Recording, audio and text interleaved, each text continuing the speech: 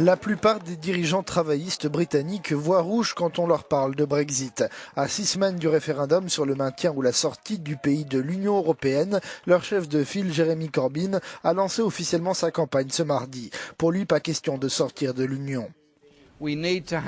Il nous faut avoir un message fort pour défendre les droits des travailleurs, mais aussi pour relever les immenses défis des flux de réfugiés et pour protéger la liberté des personnes en Grande-Bretagne à vivre, à travailler et à prendre leur retraite à l'étranger.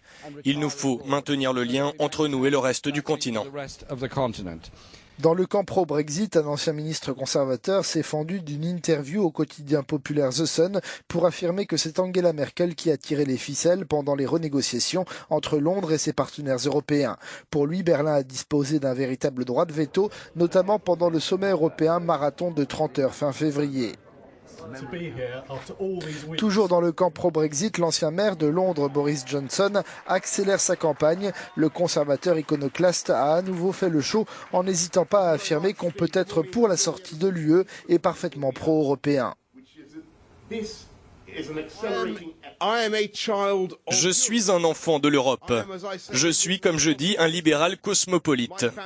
Ma famille est l'équivalent génétique d'une force de maintien de la paix de l'ONU. Je lis des romans en français, je peux aussi lire des romans en espagnol, je peux chanter l'hymne à la joie en allemand, et je vais le faire. S'il continue de m'accuser d'être un petit Anglais replié sur son pays, je vais le faire. Freude schöne Goethe funken. Anyway, you know it.